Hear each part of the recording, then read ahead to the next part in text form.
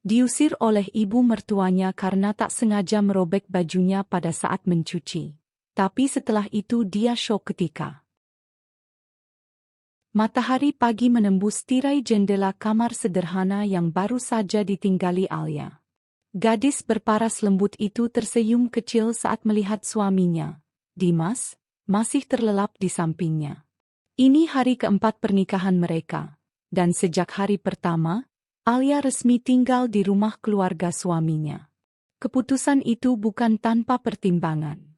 Dimas yang baru beberapa tahun bekerja sebagai staf kantor di sebuah perusahaan swasta belum mampu membeli rumah sendiri. Maka, seperti banyak pasangan muda lainnya, mereka tinggal di rumah orang tua suami, menumpang sementara hingga cukup mapan. Alia sendiri tak mempermasalahkan hal itu. Sejak awal menikah, ia sudah bersiap hidup sederhana, mendampingi pria yang ia cintai dengan ketulusan. Meskipun kenyataannya jauh dari gaya hidup yang ia jalani sejak kecil.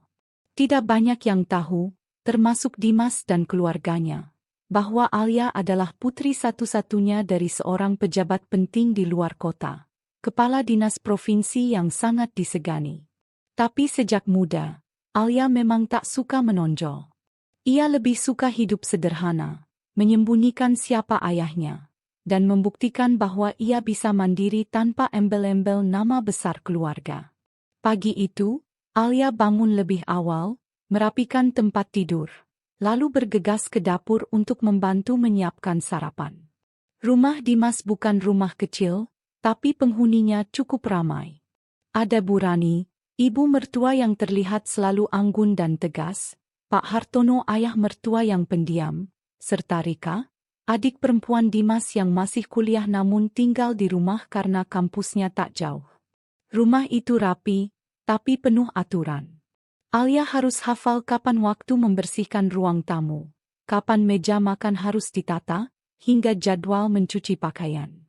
Meski begitu, hari-hari awal berjalan cukup damai. Bu Rani memang bukan sosok yang hangat, tapi juga belum menunjukkan sikap tak suka. Ia lebih seperti seorang komandan yang terbiasa mengatur. Kalau di rumah ini, semua ada aturannya. Ya, Alia, katanya pada hari pertama Alia masuk rumah itu. Kita disiplin karena sudah terbiasa. Kamu akan terbiasa juga nanti.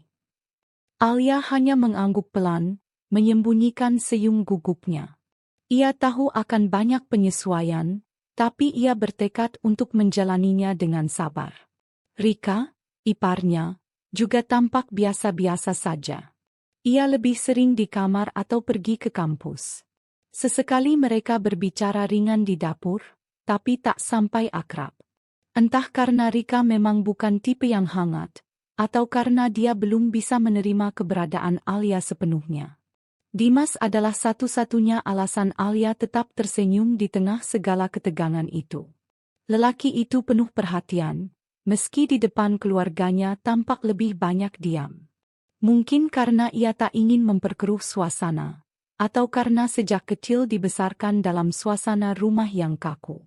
Saat di kamar, Dimas akan memeluk Alia dan membisikkan kata-kata manis.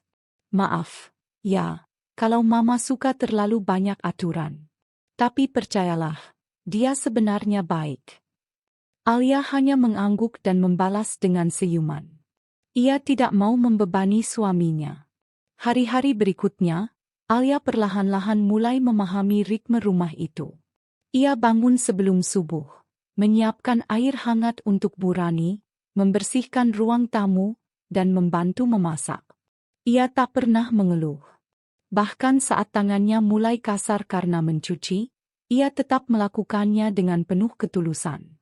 Ia percaya bahwa semua ini akan membuahkan kebaikan. Ia yakin bahwa jika ia sabar dan tulus, semua anggota keluarga akan bisa melihat niat baiknya. Namun kadang, tak semua kesabaran langsung menuai kebaikan. Bu Rani mulai menunjukkan sikap yang membuat Alia merasa seperti orang asing. Ia sering mengulang-ulang kalimat yang menyindir. Seperti saat Alia salah meletakkan toples kue, Bu Rani berkomentar, "Mungkin di rumah kamu sebelumnya semua dibantu pembantu, ya?" Wajar sih kalau belum tahu. Kalimat itu disampaikan dengan senyum tipis yang menusuk. Alia diam saja, menahan diri untuk tidak tersinggung. Dimas, saat itu, hanya tertawa kecil. Namanya juga baru, Ma. Nanti juga terbiasa, ucapnya. Tapi itu pun membuat Alia merasa sendirian. Ia tidak ingin mengeluh, tapi dalam hatinya mulai tumbuh rasa tidak nyaman. Meskipun begitu, Alia tak pernah sekalipun membalas ucapan Bu Rani. Bahkan saat Rika menyindir bahwa Alia terlalu rajin mencuci baju seperti pembantu, Alia hanya menjawab dengan senyuman. Lebih baik saya kerjakan semua, Kak. Biar Mama bisa istirahat. Di saat seperti itulah Bu Rani biasanya terdiam, seolah bingung bagaimana menanggapi balasan Alia yang terlalu santun untuk dijadikan bahan perdebatan. Tapi dalam diam itu pula, perlahan tumbuh rasa tidak suka yang semakin kuat. Alia mungkin terlalu sempurna bagi mertua yang ingin menundukkan menantu. Hubungan dengan Dimas pun tetap baik. Setiap malam sebelum tidur, mereka berbincang di kamar sambil bercanda. Alia tak pernah menyinggung masalah ibunya. Tapi Dimas mulai menyadari, istrinya tidak seceria hari-hari pertama. "Kamu capek banget ya? Atau ada yang buat kamu sedih?" tanya Dimas lembut. Alia menggeleng. "Aku cuma lagi belajar jadi menantu yang baik," jawabnya sambil mencubit pipi suaminya. Hari-hari terus berlalu, dan hubungan Alia dengan keluarga suaminya tidak banyak berubah. Tetap formal, tetap berjarak. Alia sadar bahwa ia harus bekerja 2 kali lebih keras agar diterima. Ia bahkan tidak pernah menyinggung latar belakang keluarganya. Ia tak mau diperlakukan berbeda karena status atau kekayaan. Ia ingin dicintai karena pribadinya. Sampai pada suatu pagi yang menjadi awal dari segalanya. Alia sedang mencuci pakaian keluarga seperti biasa. Ia memisahkan baju putih dan berwarna. Memilih deterjen khusus untuk pakaian Bu Rani yang ia tahu cukup mahal. Namun tanpa disadari, salah satu baju Bu Rani yang terbuat dari bahan lembut tersangkut di pengait mesin cuci dan robek di bagian belakang. Alia panik, tapi ia tidak menyembunyikan hal itu. Ia langsung membawa baju tersebut ke Bu Rani dan meminta maaf dengan tulus. Namun saat itu, wajah Bu Rani langsung berubah merah padam.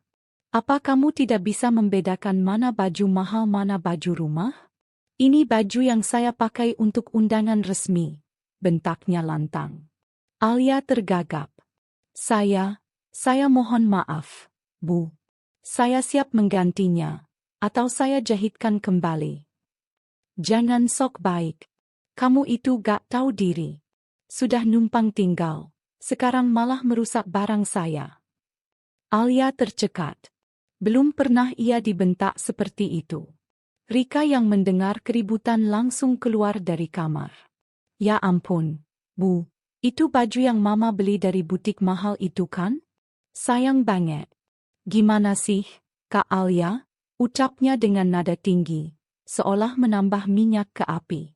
Alia mencoba menjelaskan, tapi semua sudah tertutup oleh kemarahan yang membara. Dimas yang baru pulang dari kantor mendapati ibunya berteriak di ruang makan dan Alia menangis diam-diam. Namun bukannya menenangkan, Dimas hanya menarik napas panjang, lalu berkata, "Ma, sudah mungkin cuma salah paham. Alia kan udah minta maaf. Masih saja kamu bela istrimu itu. Kamu tahu, Mas, perempuan ini cuma modal manis di depan kamu. Di belakang malah buat saya jengkel." Alia tak percaya mendengar kata-kata itu. Tapi ia tetap diam. Tak ingin memperkeruh suasana. Ia tak membantah. Ia tak menyela. Sampai akhirnya Bu Rani berkata, "Saya gak mau kamu tinggal di rumah ini lagi. Bawa saja dirimu pergi. Saya muak." Setelah pertengkaran yang cukup menyesakkan beberapa hari lalu, suasana rumah perlahan mulai kembali tenang. Alia, meskipun sempat merasa terhina dan terpukul karena ucapan Bu Rani, memilih untuk tetap tinggal. Dimas, yang awalnya ingin membawa Alia pergi dan mencari kontrakan kecil, akhirnya mengurungkan niat itu setelah bujukan dari ibunya dan pertimbangan biaya hidup yang belum cukup ditopang gaji pas-pasannya. Alia itu sudah minta maaf. Jangan terlalu keras, ya. Dia juga belum terbiasa, ucap Dimas saat malam itu ia berbincang empat mata dengan ibunya. Bu Rani hanya mendengus. Dia perempuan, Mas. Harus bisa cepat menyesuaikan. Jangan manja. Kita juga hidup nggak enak dari dulu, bisa tuh jalanin semua. Alia sendiri tak mendengar percakapan itu. Yang ia tahu, pagi hari ketika ia bangun, Bu Rani sudah menyapanya seperti biasa. Dingin. Datar. Tapi tak lagi membentak. Alia pun menyambut dengan keramahan seperti sebelumnya. Ia sadar, mungkin ini bukan soal benar atau salah, tapi tentang bagaimana ia harus belajar bertahan dalam rumah tangga, terutama saat tinggal di bawah atap mertua. Hari-hari selanjutnya, Alia berusaha lebih keras untuk menyesuaikan diri. Ia menghafal rutinitas rumah, kapan harus menyapu, kapan harus memasak, dan bahkan kapan harus mencuci pakaian Bu Rani secara manual. Karena Bu Rani tidak percaya lagi dengan mesin cuci yang katanya merusak kain halus. Setiap siang, Alia juga menyiapkan teh manis panas untuk Pak Hartono, yang meski jarang bicara, selalu mengucap terima kasih setiap kali disuguhi. Rika, adik iparnya, masih sering melemparkan komentar sinis. Namun, Alia menanggapi dengan tenang. Ia tahu, bukan dengan membalas sindiran seseorang bisa menang, tapi dengan menunjukkan sikap baik yang konsisten. Suatu kali, ketika Rika meninggalkan bekas makanan di kamar dan Bu Rani marah besar karena semut merubungi, Alia justru yang diam-diam membersihkan tanpa menyinggung siapapun. Ia bahkan membersihkan kasur Rika dan menyemprotkan pewangi ruangan agar tidak meninggalkan bekas apet. Rika tahu, tapi memilih pura-pura tidak tahu. Kadang Alia lelah. Namun saat ia melihat Dimas pulang kerja, menatapnya dengan senyum hangat dan pelukan lembut, semua rasa letih itu seperti luruh. Dimas, meskipun tak selalu membela Alia di depan ibunya, tetap menunjukkan rasa cintanya di balik kamar mereka. Di balik dinding yang membatasi mereka dari dunia luar, Dimas adalah suami yang setia dan lembut. Maaf ya, aku belum bisa kasih kamu rumah sendiri, ucap Dimas suatu malam. Tapi aku janji, aku akan terus kerja keras. Aku ingin kamu nyaman, Alia. Alia tersenyum, menatap mata suaminya. Aku nyaman kalau kamu di sampingku, katanya lirih. Aku bisa sabar, Mas. Tapi jangan pernah tinggalin aku sendirian. Dimas memeluknya lebih erat, seolah mengerti luka yang tak pernah Alia ucapkan. Namun, perlahan, Alia menyadari bahwa keberpihakan Dimas mulai bergeser. Jika sebelumnya Dimas akan menengahi dengan lembut saat Bu Rani mulai bersikap tidak adil, kini ia hanya diam. Atau bahkan ikut mengiyakan. Seperti ketika Bu Rani meminta Alia untuk menyetrika semua pakaian dalam satu hari penuh padahal cuaca sangat panas dan Alia sedang tidak enak badan. Dimas hanya berkata, "Ya udah, ikut aja dulu. Jangan banyak dibantah." Alia menunduk. Ia tidak membalas. Tapi hatinya tercubit. Dimas, lelaki yang dulu membela, kini lebih banyak diam. Mungkin lelah. Mungkin tidak ingin terjadi konflik lebih besar. Tapi bagi Alia, diamnya Dimas adalah awal dari kesepian yang paling dalam. Meski begitu, ia tetap sabar. Ia percaya, rumah tangga tak bisa diukur dari berapa kali mereka tertawa, tapi dari seberapa sering mereka bertahan saat luka datang silih berganti. Di balik semua kesederhanaan dan pengorbanannya, ada satu hal besar yang selalu Alia simpan rapat-rapat. Siapa dirinya sebenarnya? Tak ada yang tahu, bahkan Dimas, bahwa Alia adalah putri dari seorang kepala dinas besar di provinsi. Ayahnya, Pak Derajat, dikenal sebagai tokoh terpandang dan dermawan. Ia memiliki rumah besar di pusat kota dan dikenal sebagai orang tua yang sangat menyayangi anak tunggalnya. Sejak kecil, Alia tumbuh dalam limpahan kasih sayang dan kemewahan. Namun didikan sang ayah membuatnya tumbuh sederhana dan tidak manja. Ketika memutuskan menikah dengan Dimas, Alia sudah terlebih dahulu bicara pada ayahnya bahwa ia ingin menjalani kehidupan rumah tangga dari nol. Aku nggak mau Dimas merasa kecil karena status kita beda. Aku pengen dia merasa percaya diri karena kerja kerasnya, bukan karena bantuan kita, ucap Alia kala itu. Pak Derajat, meski berat hati, akhirnya menyetujui. Asal kamu bahagia, ayah ikut. Tapi ingat ya, nak, kamu boleh hidup sederhana, tapi jangan kehilangan harga diri. Alia mengingat kata-kata itu setiap kali Bu Rani menyindir dirinya. Ia mengingatnya setiap kali diperlakukan seperti asisten rumah tangga. Dan ia mengingatnya setiap kali merasa ingin pergi meninggalkan rumah itu. Tapi ia juga mengingat cintanya pada Dimas. Ia tahu, suatu saat Dimas akan tahu siapa dirinya. Dan saat hari itu tiba, ia ingin Dimas mencintai dirinya bukan karena status, tapi karena semua kesabaran dan perjuangan yang telah ia lalui. Suatu malam, Alia duduk sendirian di kamar saat Dimas tertidur. Ia membuka album foto kecil yang selalu ia simpan di koper bawah tempat tidur. Foto-foto masa kecilnya bersama sang ayah, bersama ibunya yang sudah meninggal karena sakit bertahun-tahun lalu. Senyum mereka masih utuh di gambar itu, dan Alia tak kuasa menahan air mata. Ia rindu rumah. Rindu panggilan lembut sang ayah. Rindu kamar besarnya yang wangi bunga melati setiap malam. Tapi ia memilih hidup di sini, dalam rumah kecil penuh aturan, demi cinta yang ia percayai.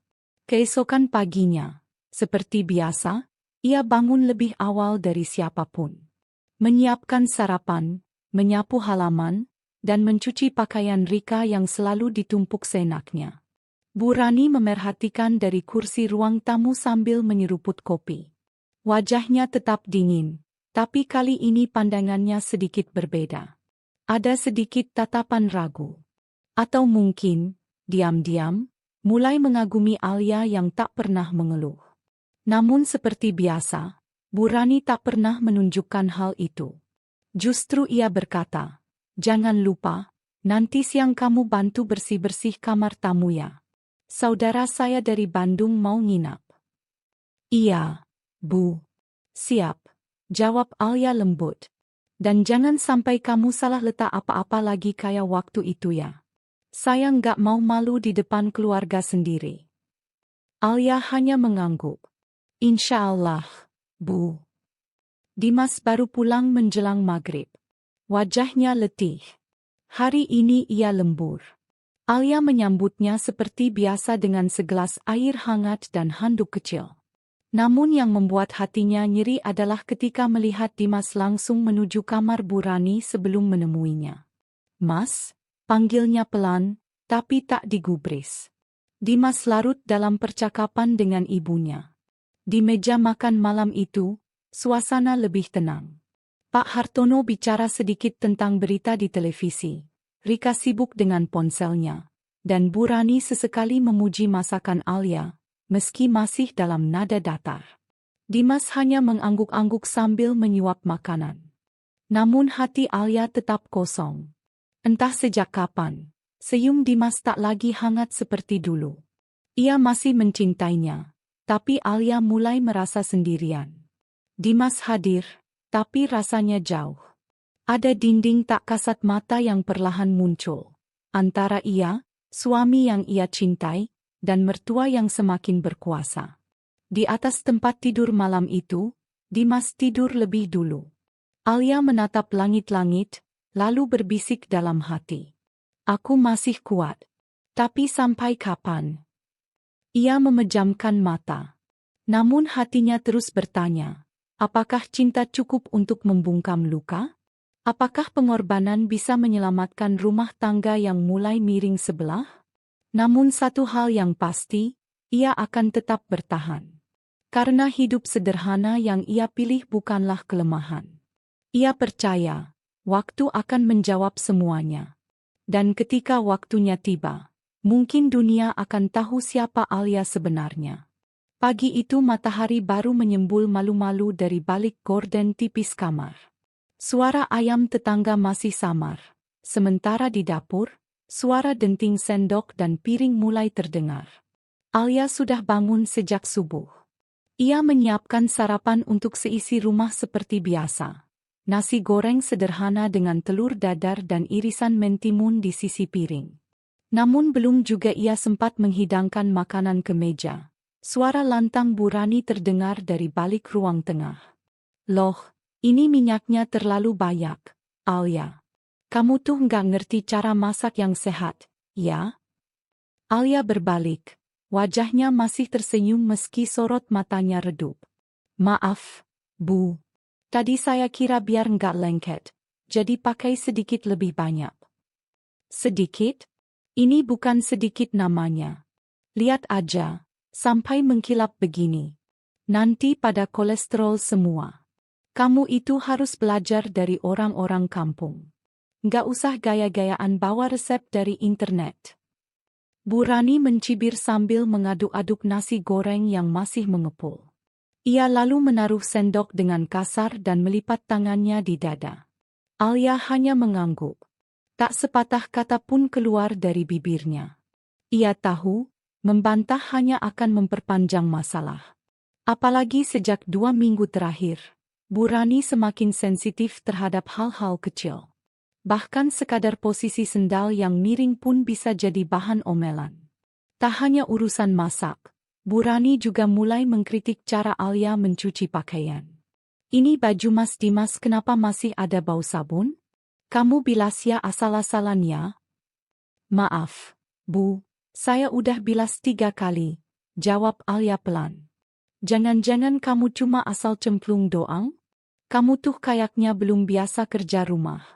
Makanya dulu saya bilang, perempuan jangan cuma cantik doang. Harus bisa kerja. Dan bukan cuma itu. Bahkan cara berpakaian Alia pun tak luput dari kritik. Suatu sore saat Alia keluar kamar mengenakan gamis santai warna pastel dan kerudung segi 4, Bu Rani melirik tajam. Kamu itu pakai baju yang pantas.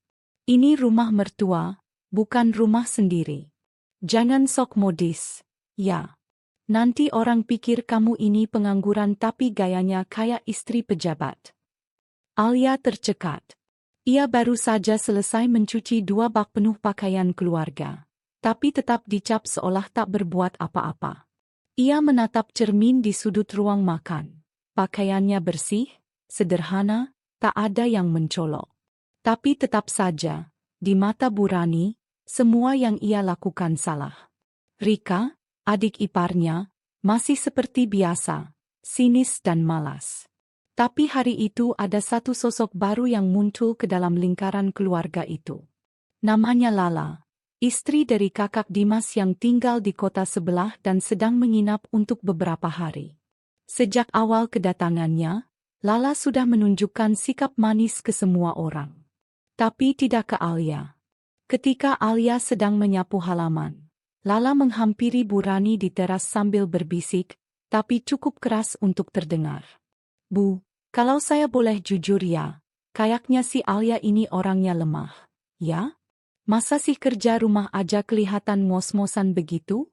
Saya dulu waktu baru nikah sama Mas Arif, semua kerjaan rumah saya lakuin, nggak pernah ngeluh. Bu Rani hanya mengangguk pelan, seolah mendapatkan amunisi baru. Iya, itu juga yang ibu rasa dari awal. Makanya ibu nggak heran kalau kerjaan rumah berantakan terus. Mau dibilangin juga jawabnya pelan doang. Tapi kerjaannya tetap sama. Alia pura-pura tak dengar. Ia terus menyapu. Tapi telinganya panas. Hatinya perih. Ini bukan sekadar sindiran, tapi tuduhan yang menusuk harga diri. Ia tahu Lala hanya baru tinggal 2 hari. Tapi pengaruhnya pada Bu Rani seperti minyak yang disiram ke bara api. Mulai hari itu, kritikan Bu Rani makin sering, makin kasar, dan makin tak beralasan. Sore itu, saat Alia menyetrika baju di ruang tamu, Lala datang dengan baju-baju kotor miliknya dan berkata enteng, "Mbak Alia, sekalian ya disetrika ini. Biar cepat rapih, aku mau pakai minggu ini." Alia menatap baju-baju itu. Banyak, tebal-tebal, dan sebagian sudah agak bau karena ditaruh di tas tanpa dibuka selama 2 hari. Tapi ia tetap mengangguk. "Iya, Mbak." Lala tersenyum tipis. "Makasih ya. Soalnya aku agak capek, habis jagain anak semalaman." Alia kembali menunduk, menahan isak yang nyaris pecah. Ia merasa seperti pembantu di rumah sendiri. Semua kerjaan rumah jatuh ke tangannya, tapi tak ada satupun ucapan terima kasih. Yang ada hanya tuntutan, hinaan, dan cemoohan. Ia sudah tidak lagi merasa sebagai menantu, apalagi sebagai istri yang dihargai. Dimas, pria yang dulu membelanya, kini seakan hilang arah. Setiap kali Alia bercerita, ekspresi wajah Dimas berubah. Bukan marah, bukan sedih, tapi bingung. Seperti tidak tahu harus membela siapa.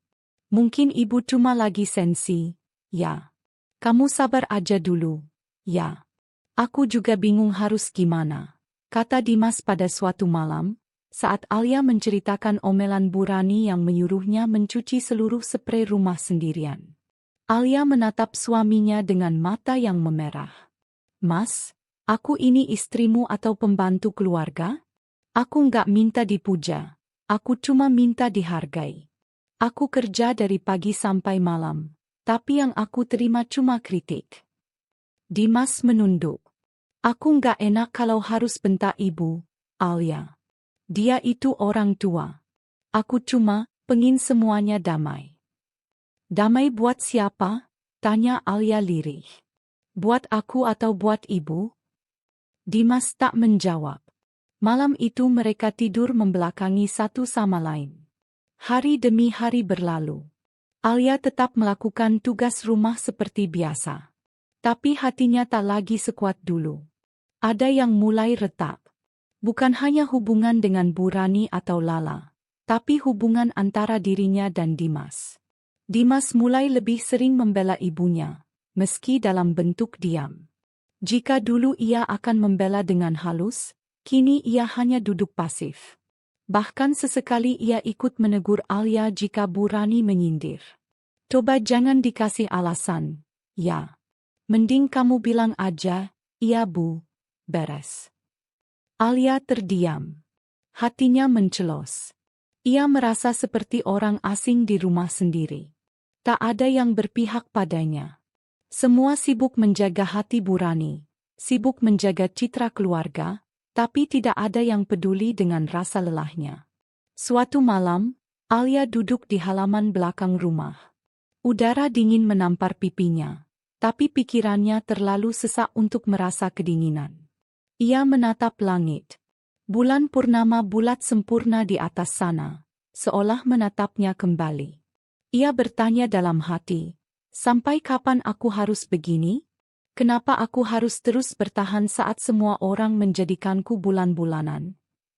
Ia ingin menangis, tapi air matanya sudah terlalu sering jatuh.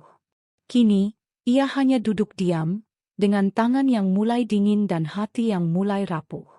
Beberapa hari kemudian, suasana di rumah semakin tegang. Bu Rani mulai sering menyuruh Alia mencuci baju tengah malam, jika siang hari dirasa terlalu lambat. Bahkan saat Alia sedang datang bulan dan merasa sakit perut, Bu Rani hanya berkata, "Perempuan semua juga begitu. Jangan jadi alasan. Kamu itu belum ada anak, kerja rumah aja udah nggak kuat?" Alia hanya diam. Dimas pulang malam hari karena kerja lembur. Tapi malam itu ia tidak pulang ke kamar langsung. Ia malah berbincang dengan ibunya dan Lala di ruang tengah cukup lama. Alia menunggu di kamar sampai tertidur dengan baju kerja Dimas yang belum sempat ia lipat.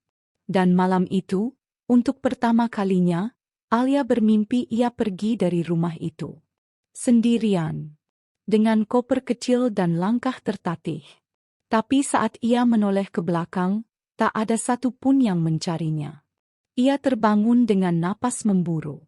Mungkin mimpi itu adalah isyarat. Mungkin hatinya sudah terlalu lelah. Tapi untuk saat ini, ia masih bertahan. Bukan karena ia tak bisa pergi, tapi karena ia masih percaya bahwa cinta bisa memperbaiki segalanya. Asal semua orang mau berubah. Tapi jika tidak, mungkin suatu hari, Alia akan benar-benar pergi. Bukan untuk menyerah, tapi untuk menyelamatkan dirinya sendiri. Pagi itu, udara di rumah keluarga Dimas seperti biasa masih sejuk. Namun suasana hatinya tidak setenang langit biru di luar. Alia sudah bangun sejak subuh, menyiapkan sarapan untuk suaminya, Dimas, dan mertuanya, Bu Rani. Seperti hari-hari sebelumnya, Alia juga mengerjakan semua pekerjaan rumah tangga sendiri. Ia tidak pernah mengeluh, walau tubuhnya lelah dan hatinya sering tersayat oleh kata-kata tajam dari Bu Rani. Hari itu, Alia juga mencuci pakaian seluruh anggota keluarga. Dengan tangan sendiri, ia menyikat satu persatu pakaian, memastikan semuanya bersih dan wangi. Ia tahu betul betapa rewel dan perfeksionisnya Bu Rani terhadap bajunya. Bahkan sedikit kerutan atau sisa noda bisa membuatnya naik pitam. Maka dari itu, Alia sangat berhati-hati. Namun kesialan bisa datang kapan saja, kepada siapa saja. Saat sedang mencuci gaun mahal milik Bu Rani, gaun berwarna biru tua dengan bordir emas di bagian kerah, kainnya tiba-tiba terasa sobek saat Alia menguceknya perlahan. Dengan wajah pucat, Alia mengangkat baju itu dari ember, dan benar saja, ada robekan cukup besar di bagian belakang. Sepertinya kainnya memang sudah mulai rapuh karena terlalu sering dicuci. Tapi tentu saja itu takkan jadi pembelaan yang cukup. Alia panik. Jantungnya berdebar kencang. Ia menatap baju itu, berharap apa yang ia lihat hanyalah bayangan atau ilusinya saja. Namun kenyataan tetaplah kenyataan. Robeknya nyata. Ia segera menggantung baju itu, menjemurnya agar cepat kering dan bisa segera diperbaiki. Tapi ia tahu, Bu Rani akan segera menyadarinya. Gaun itu adalah salah satu yang paling sering ia pakai jika ada tamu datang ke rumah.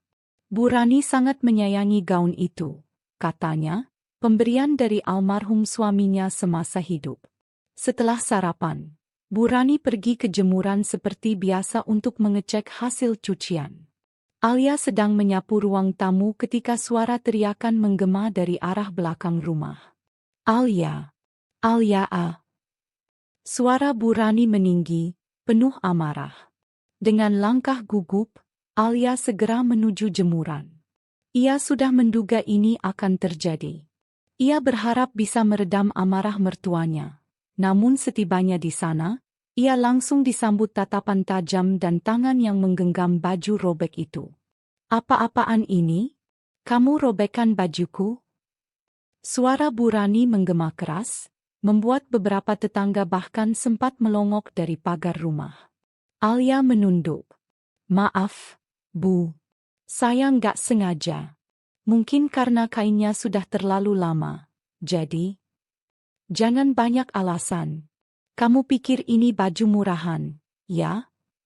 Ini pemberian almarhum suami saya. Kenangan paling berharga. Suara Bu Rani hampir pecah oleh tangis kemarahan.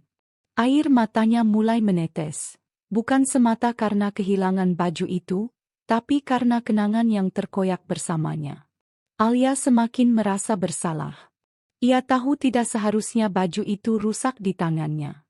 Maafkan saya, Bu. Saya siap ganti. Saya bisa jahit lagi atau beli yang baru, ucapnya lirih. Jahit? Beli baru? Kamu pikir bisa ganti nilai kenangan? Kamu ini memang gak peka. Dasar perempuan tak tahu diri. Sudah dikasih tempat tinggal, makan, masih saja buat masalah. Teriak Bu Rani, tanpa mempedulikan siapa yang mendengarnya. Seketika itu juga, Rani, ipar perempuan Alia, adik perempuan Dimas, datang menghampiri. Ia melihat situasi yang sedang memanas, namun alih-alih menenangkan, Rani malah memperkeruh suasana. Sudah, Bu. Dari awal juga saya ragu sama dia. Nggak punya sopan santun. Nggak tahu cara memperlakukan orang tua. Sekarang malah ngerusak barang kenangan. Parah, katanya, dengan nada sinis. Alia menatap Rani sejenak. Rani memang sejak awal tidak pernah menyukainya. Entah apa alasan di balik sikap dinginnya. Namun kini ia semakin terang-terangan menyerangnya di depan keluarga. Dia pikir jadi istri Kak Dimas itu bisa seenaknya. Padahal selama ini kalau nggak ada ibu, dia kayak pembantu di rumah ini. Tapi pembantu aja masih lebih hati-hati, loh, lanjut Rani tanpa ampun. Alia hanya bisa menggigit bibirnya, menahan air mata yang mulai menumpuk di pelupuk matanya. Ia menoleh, berharap Dimas akan datang dan membela. Namun lelaki itu hanya berdiri di ambang pintu, menatap dengan wajah bingung. Dimas, panggil Alia pelan. Namun suaminya hanya memalingkan wajah, lalu berbalik masuk ke dalam rumah. Tidak ada pembelaan. Tidak ada kalimat penenang. Tidak ada pelukan yang bisa meneduhkan hatinya. Alia menunduk. Hatinya remuk. Ia merasa seperti tidak lebih dari sekadar orang asing di rumah ini. Seolah-olah kesalahan kecil yang ia lakukan telah menghapus seluruh kebaikan yang ia upayakan selama ini. Padahal, ia telah mencurahkan seluruh waktunya, tenaganya, bahkan jiwanya untuk menjadi istri yang baik, menantu yang berbakti. Namun yang ia dapatkan hanya hinaan, caci maki, dan penghakiman yang terus-menerus datang silih berganti. Seolah satu kesalahan kecil menjadi alasan untuk melupakan seluruh pengorbanannya. Sore harinya, saat suasana rumah mulai tenang, Alia mencoba bicara pada Dimas di kamar. Ia duduk di tepi ranjang, menatap suaminya yang sedang bermain ponsel. Mas, aku minta maaf soal tadi. Aku benar-benar nggak sengaja, ucapnya lirih. Dimas menghela napas, namun tidak menoleh. Sudahlah, aku capek. Kalau ibu marah, ya dimaklumi saja. Dia sayang banget sama baju itu. Tapi mas tahu aku nggak sengaja. Mas lihat sendiri tadi aku dimarahin habis-habisan. Mas nggak bilang apa-apa. Dimas meletakkan ponselnya dan menatap Alia dengan ekspresi jengkel. Kamu mau aku lawan ibu demi kamu? Kamu pikir itu gampang? Ibu itu orang tua aku. Kamu yang sabar dikit, jangan bikin masalah terus.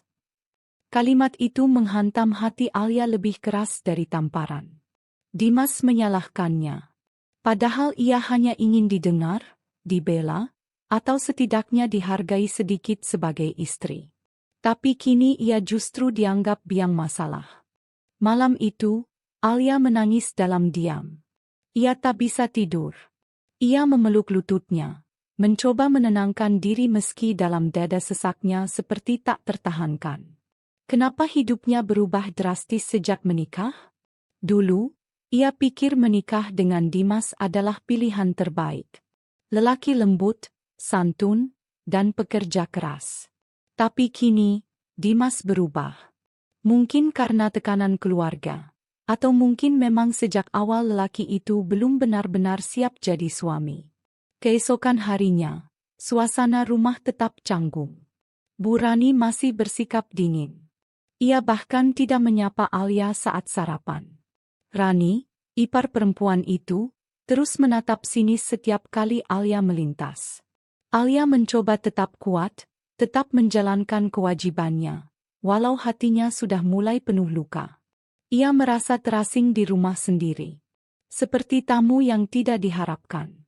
Seperti pelayan yang bisa disalahkan kapan saja, tanpa pembelaan, tanpa perlindungan. Hari itu, Alia pergi ke toko kain untuk mencari bahan yang mirip dengan gaun Bu Rani yang rusak. Ia ingin menjahit ulang gaun tersebut sebagai bentuk permintaan maaf. Tapi ia sadar, tak ada kain baru yang bisa menggantikan kenangan.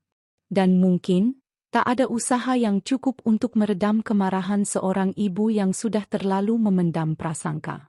Di tengah perjalanan pulang, Alia menatap langit yang mulai mendung. Ia bertanya dalam hati, sampai kapan ia harus bertahan di tengah rumah tangga yang pincang seperti ini? Apakah masih ada harapan untuk diperjuangkan? Atau ia hanya sedang menggenggam pasir yang semakin lama justru semakin hilang? Namun satu hal yang ia tahu pasti, hari itu bukan hanya baju yang robek, tapi juga hatinya. Dan sedikit demi sedikit, kepercayaannya pada cinta yang dulu ia yakini bisa melindungi dan menguatkannya dalam segala hal. Pagi itu masih gelap saat Alia bangun. Langit belum sepenuhnya terang, tapi ia sudah menyiapkan sarapan seperti biasa. Tangannya bergerak lincah menyiapkan makanan di dapur, meski pikirannya masih dihantui peristiwa kemarin. Gaun robek milik Bu Rani telah membuat semuanya berubah. Rumah yang biasanya sudah dingin baginya, kini terasa seperti tempat asing yang menusuk batin. Keheningan yang mencekam. Tatapan sinis Rani. Diamnya Dimas yang lebih menyakitkan daripada caci maki. Semuanya menjadi beban di dadanya. Setelah selesai menyiapkan makanan, Alia menaruh piring-piring di atas meja makan. Ia duduk sejenak, mencoba menenangkan diri. Matanya mengarah ke jendela, melihat cahaya fajar mulai merayap perlahan. Hari itu seharusnya bisa menjadi awal yang baru. Ia bahkan sudah membeli kain pengganti kemarin, ingin memperbaiki gaun itu sebagai bentuk tanggung jawabnya. Tapi ia tak pernah menyangka, semua itu tak akan sempat ia lakukan. Langkah kaki Bu Rani terdengar di ruang makan. Suara sandal rumahnya bergesek dengan lantai. Tanpa menatap Alia sedikit pun, perempuan itu duduk, lalu mengambil sendok dengan kasar. Suasana kaku langsung mengisi ruangan. Alia menunduk, menahan napas, berharap tidak ada keributan pagi-pagi begini. Namun harapannya hanya tinggal harapan. Suara sendok yang dibanting ke meja membuat Alia tersentak. "Kamu pikir cukup dengan masak dan minta maaf? Semuanya selesai?" tanya Bu Rani dingin. Alia menatapnya hati-hati. "Saya hanya ingin bertanggung jawab, Bu." "Tidak usah sok bertanggung jawab. Dari awal saya sudah tidak yakin kamu pantas jadi istri anak saya. Sekarang malah bikin malu. Merusak barang kenangan. Tidak tahu cara menghormati orang tua. Dan sekarang, kamu pikir masih layak tinggal di rumah ini?" Kata-kata itu menampar Alia seperti cambuk. Suaranya menggema jelas, menusuk telinga. "Saya minta maaf, Bu," lirih Alia. "Maaf tidak akan memperbaiki apa-apa. Kamu itu cuma numpang di sini. Numpang makan, numpang tinggal. Tapi malah bikin repot. Mulai hari ini, saya tidak mau lihat kamu lagi di rumah ini. Angkat kaki kamu." Alia terpaku. Dingin menjalar di ujung jemarinya. Ia tidak langsung menjawab. Butuh beberapa detik untuk memastikan ia tidak salah dengar. Tapi Bu Rani tidak sedang bercanda. Wajahnya keras, tegas, tanpa ruang untuk kompromi. Dari belakang, suara langkah Dimas terdengar. Ia berdiri di ambang pintu ruang makan, menatap Alia dan ibunya secara bergantian. Alia menoleh, berharap suaminya akan berkata sesuatu, membela, atau setidaknya menunjukkan keberpihakan. Namun Dimas hanya diam. Tidak satu pun kata keluar dari mulutnya. "Mas," panggil Alia pelan, nyaris seperti bisikan. Dimas menunduk. "Kalau itu keinginan ibu, aku nggak bisa apa-apa." Urat-urat di leher Alia menegang. Matanya membelalak, tidak percaya dengan yang baru saja ia dengar.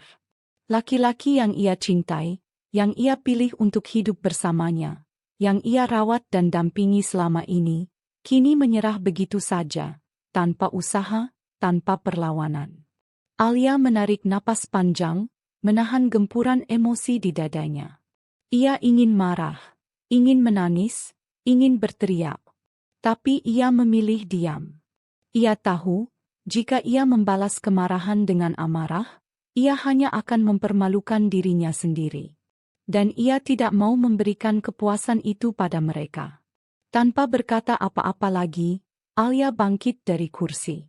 Dengan kepala tegak, ia melangkah menuju kamar. Di dalam kamar, ia mengemasi pakaian-pakaiannya pelan-pelan. Hanya beberapa potong baju, buku harian, dan sebuah ponsel kecil yang ia sembunyikan di dalam laci rahasia lemari. Ponsel itu selama ini tidak pernah ia gunakan di depan siapapun. Benda kecil itu adalah satu-satunya koneksi Alia dengan kehidupan lamanya. Dunia di luar rumah ini yang terasa seperti mimpi yang sudah lama berlalu. Ia menatap layar ponsel itu sejenak.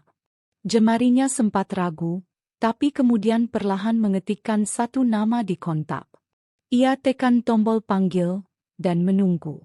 Beberapa detik berlalu sebelum suara di seberang menjawab. "Halo?" Alia menghela napas. "Kak, ini aku." "Alia." Suara di ujung sana terkejut. "Alia? Astaga, kamu kemana saja? Semua orang mencarimu. Kamu nggak pernah kasih kabar." Alia terdiam sejenak, lalu berkata pelan, "Kak, aku butuh tempat untuk tinggal. Boleh aku ke tempat kakak hari ini?" "Tentu saja. Kamu datang sekarang juga. Aku kirim alamatnya. Kamu di mana? Aku jemput kalau perlu." "Enggak usah, aku bisa sendiri," jawab Alia dengan suara gemetar, menahan emosi yang sudah tak terbendung. Selesai mengemas barang, Alia keluar dari kamar. Bu Rani masih duduk di ruang makan, sedangkan Dimas berdiri mematung di dekat tangga. Rani muncul dari balik pintu dapur, tampaknya ingin menyaksikan langsung pengusiran ini. Alia menatap mereka satu persatu. Ia ingin bicara, ingin menyampaikan isi hatinya. Tapi ia tahu, kata-katanya tidak akan pernah didengar. Maka ia hanya berkata, "Terima kasih atas tempat tinggal dan makan selama ini. Saya pergi bukan karena takut, tapi karena saya menghargai keputusan kalian. Saya hanya ingin hidup tenang." Kemudian ia melangkah keluar rumah, tanpa menoleh sedikit pun. Kepalanya tetap tegak. Di dalam hati, ia hancur. Tapi wajahnya tetap tenang. Ia tidak ingin mereka melihat air matanya. Ia tidak ingin mereka melihat betapa sakitnya luka itu. Ia tidak ingin memberi kemenangan pada mereka yang menjatuhkannya. Langkah kaki Alia menyusuri jalanan kampung yang ia tempati selama setahun terakhir. Beberapa tetangga memandangnya dari balik tirai. Ada yang membisikkan sesuatu, ada yang hanya menggeleng pelan. Tapi Alia tidak peduli. Ia ingin segera pergi, sejauh-jauhnya dari rumah itu. Setibanya di halte terdekat, ia naik angkot menuju pusat kota. Sepanjang perjalanan, ia memandangi pemandangan luar jendela dengan mata yang basah. Tangannya terus menggenggam erat ponsel kecil itu. Hanya benda itulah satu-satunya harapan yang tersisa. Setengah jam kemudian, ia tiba di sebuah rumah sederhana namun rapi di pinggir kota. Seorang perempuan keluar dari rumah dan langsung memeluk Alia begitu ia turun dari angkot. "Kamu kurus banget, Alia." "Astaga, kamu kenapa? Apa yang sebenarnya terjadi?" tanya perempuan itu, Rika, kakak kandung Alia. Alia tidak langsung menjawab. Ia hanya menangis dalam pelukan kakaknya. Selama ini ia berusaha tegar, berusaha kuat, tapi kini segalanya runtuh. Rasa aman dan hangat dalam pelukan sang kakak membuat pertahanannya jebol seketika. Setelah mereka masuk ke dalam rumah, Alia menceritakan semuanya. Tentang pernikahannya, tentang perlakuan mertua dan iparnya, tentang sikap Dimas yang terus-menerus diam, dan tentang pengusiran pagi tadi. Rika mendengarkan dengan mata berkaca-kaca. Ia memegang tangan adiknya erat-erat. "Kenapa kamu nggak pernah cerita, ya? Kenapa kamu sembunyikan semua ini?" tanya Rika lirih. "Aku nggak mau merepotkan siapa-siapa. Aku pikir aku bisa bertahan. Tapi ternyata, aku salah," jawab Alia lirih. Rika menghela napas panjang. Kamu nggak sendirian, Alia. Kamu punya aku. Kamu punya rumah ini. Mulai sekarang, kamu tinggal di sini. Bangkit lagi. Kamu perempuan kuat. Jangan biarkan mereka hancurkan kamu.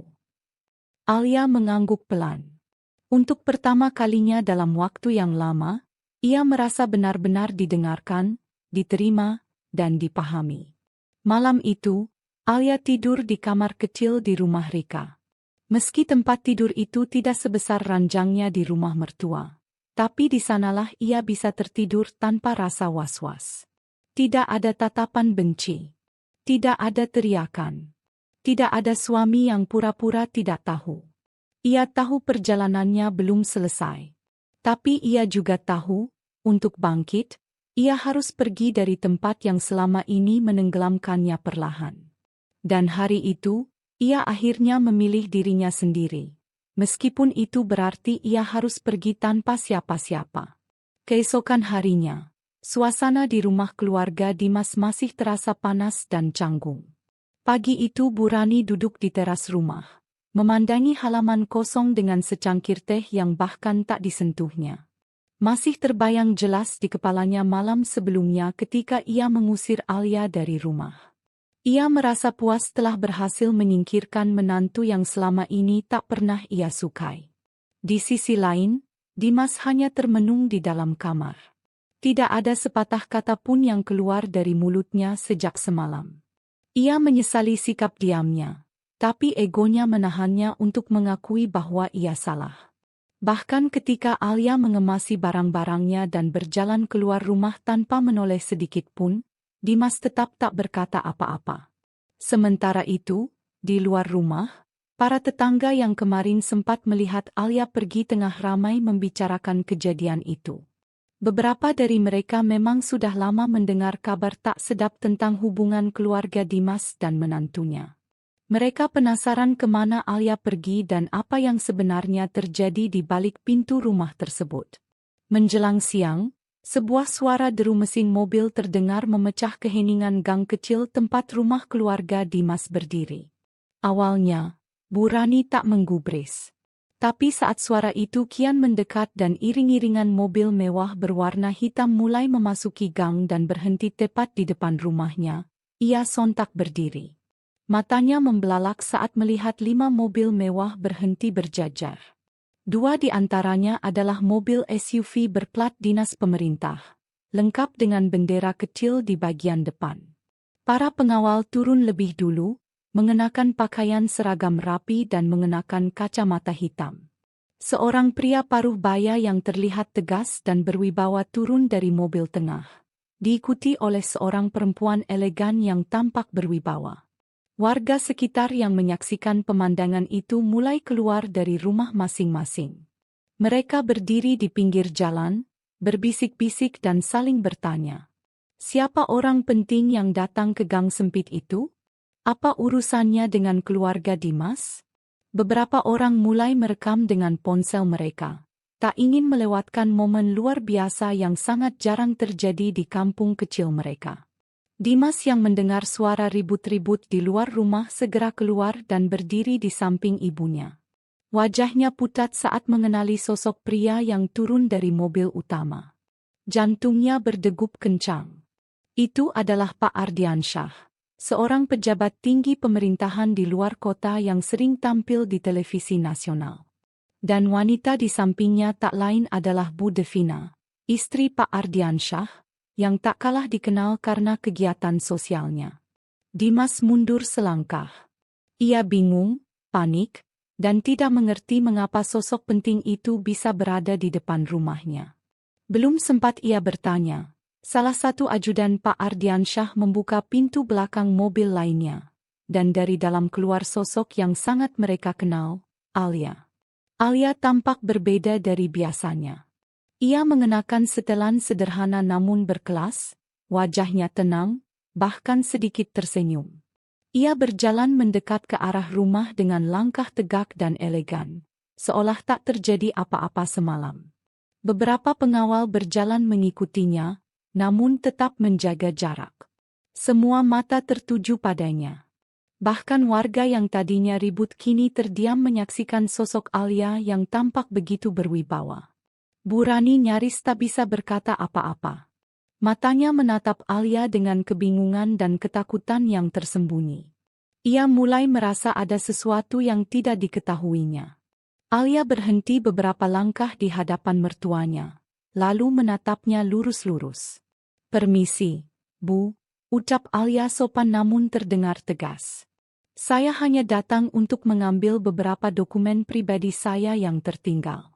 Bapak saya ingin memastikan semuanya berjalan baik." Pak Ardiansyah mendekat dan menatap Bu Rani dengan pandangan dingin namun terkendali. "Saya sudah cukup lama diam dan menahan diri. Tapi perlakuan Anda terhadap anak saya sangat keterlaluan. Kami membiarkan Alia hidup sederhana karena itu pilihannya. Tapi rupanya kesederhanaannya dianggap sebagai kelemahan." Bu Rani tak bisa berkata-kata. Ia hanya menunduk, wajahnya memucat. Ipar-ipar Alia yang juga menyaksikan kejadian itu berdiri di balik pintu, sembunyi-sembunyi mengintip dan tampak syok. Dimas hanya bisa menelan ludah, merasa semakin kecil di hadapan kenyataan yang terungkap begitu cepat dan mengejutkan. Ternyata selama ini, Alia adalah anak dari keluarga terpandang yang sengaja menutupi identitasnya. Ia memilih hidup sebagai istri biasa, mendampingi Dimas tanpa menonjolkan siapa dirinya.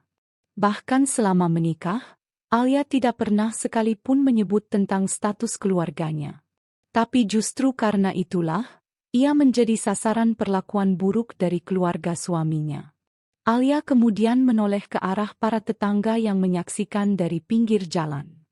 Ia mengangguk sopan sebagai bentuk penghormatan, lalu berkata, "Terima kasih atas doa dan perhatiannya selama ini. Saya mohon pamit." Beberapa warga mulai berbisik, lalu ada yang berteriak kecil, "Ya Allah! Ternyata Alia anak pejabat. Pantesan tenang banget semalam waktu diusir. Nggak nangis atau marah.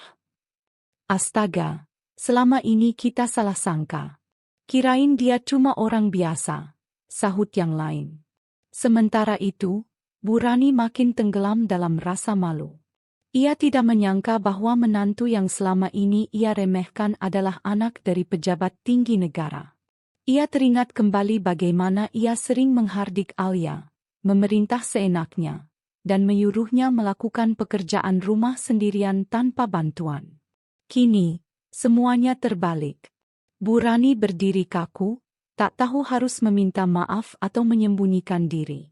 Dimas melangkah maju, mencoba bicara. "Alia, maaf, aku tidak tahu."